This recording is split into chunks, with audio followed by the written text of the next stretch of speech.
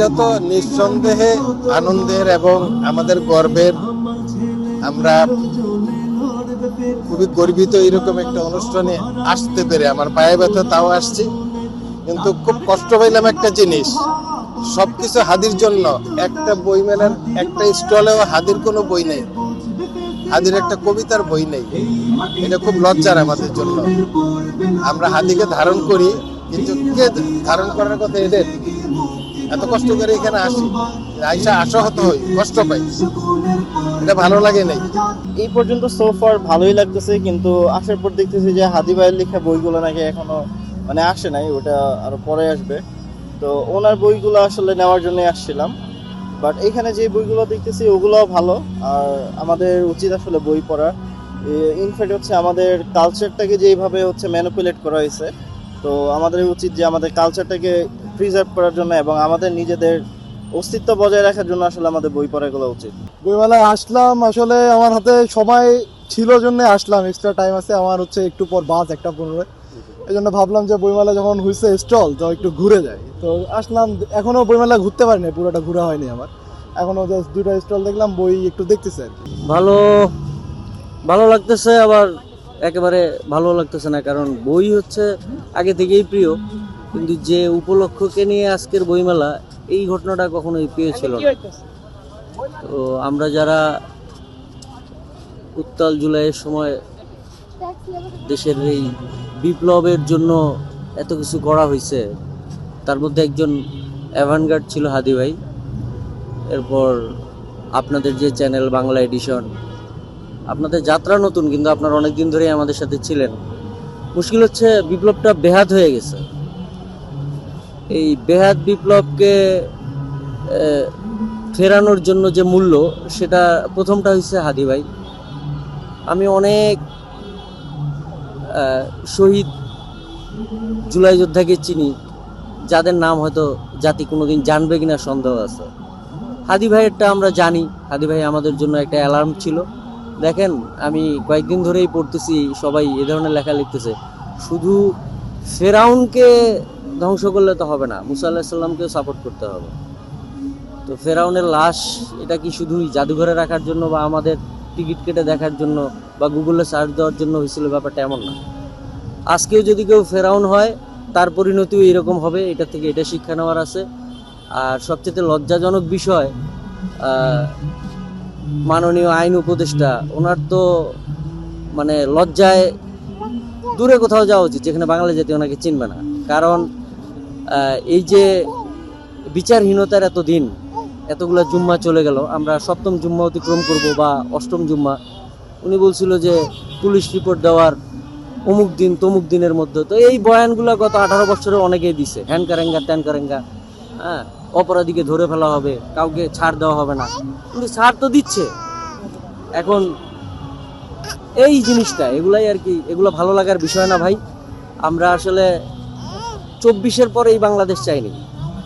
আগে যা করছে মুরব্বীরা করলো, আমরাও এখন শেষের দিকে, নতুন প্রজন্ম যারা, এদেরকে আমরা যে উত্তরাধিকারিত্ব দিয়ে যাচ্ছি, এটা গোলামির উত্তরাধিকারিত্ব।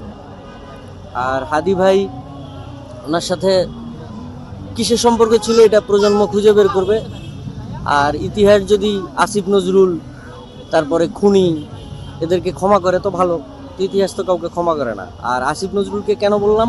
কারণ উনি এটা দায় এড়াতে পারবে না।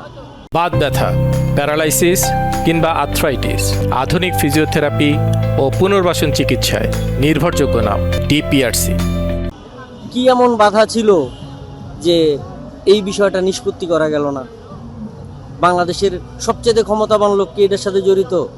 তো তিনি কি এতগুলা মানুষের আবেগ, এতগুলা মানুষের বিস্ফোরণের মূল্য চাইতে দামি যে তাকে বা তাদের নাম প্রকাশ করা যাবে না?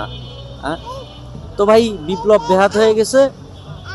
যারা বিপ্লবের শরিকদার ছিলেন, বিপ্লবের ফল নিতে চাইছিলেন, তারা বিবেকের সাথে যুদ্ধ করেন এবং বিপ্লবের আদর্শ থেকে কখনো বিচ্যুত হবেন না। আর আমার বাবুটার জন্য দোয়া করবেন।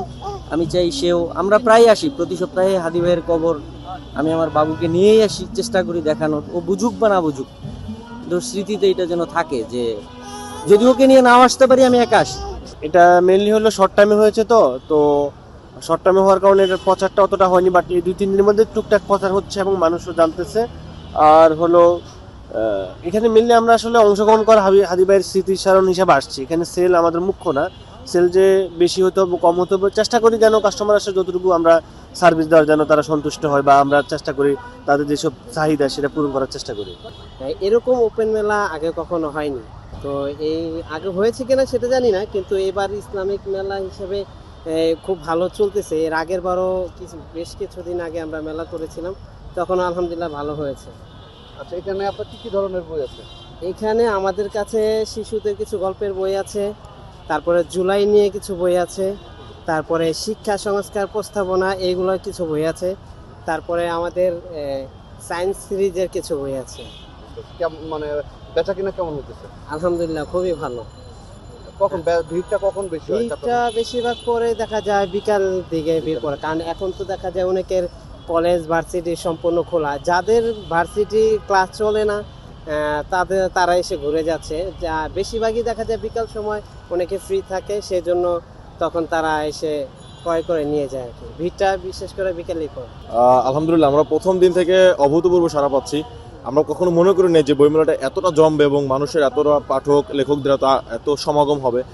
প্রথম দিন থেকেই আপনারা জানেন যে ওসমান হাদি ভাই কিনা সবচেয়ে বেশি কাজ করেছেন। আবু উবায়দা ভাই একটা সুন্দর গান রচনা করেছেন, তো উনি প্রথম উদ্বোধনের দিন এসেছিলেন, হিউজ মানুষের ক্রাউড হয়েছিল। তারপরে হাদি ভাই, আমরা চেষ্টা করেছি যে হাদি ভাইকে নিয়ে যে সমস্ত প্রকাশনীগুলো কাজ করেছে, যে সমস্ত লেখকরা কাজ করেছে বা করার চেষ্টা করছেন, তাদেরকে এখানে অ্যাসোসিয়েট করার জন্য, বিশেষ করে যেহেতু এটা ওসমান হাদি স্মৃতি বইমেলা, আমরা চেষ্টা করবো প্রতি বছর এই বইমেলার আয়োজন করার জন্য। তো সেই জায়গা থেকে ব্যাপক মানুষের যেহেতু আবেগ রয়েছে এবং ওসমান হাদি ভাইকে নিয়ে কাজ করা দরকার। বিশেষ করে ওসমান হাদি ভাই বলতেন যে আমরা প্রকাশনা করি না, আমাদের এই যে সাংস্কৃতিক লড়াইটা অনেক দীর্ঘদিনের লড়াই হবে। তো সেই জায়গা থেকে, সেই মোটিভেশন থেকে কিন্তু আমরা বইমেলাটা আয়োজন করেছি এবং পাঠক, লেখক, প্রকাশক বা সম্পাদকরাও কিন্তু সেভাবে ভালোভাবে নিচ্ছেন এবং তারা নিজের উচ্ছ্বাসেই, নিজের প্রেরণার জায়গা থেকে এই বইমেলাতে আসতেছেন, ঘুরতেছেন, বই গুলো দেখছেন, পাঠকরাও বইগুলো কিনছেন, উপকৃত হচ্ছেন। সবার একটা পজিটিভ সাড়া পাচ্ছি সব মিলিয়ে। মানে অনেকে বিদেশি বইগুলো নিচ্ছে ট্রিপল-আইটি, আবার অনেকে এই যে মনে করেন আল্লামা ইকবাল এই বইগুলা দেখতেছে। অনেকে এক একজনের তো চাহিদা, পাঠকের চাহিদা তো এক এক মতো।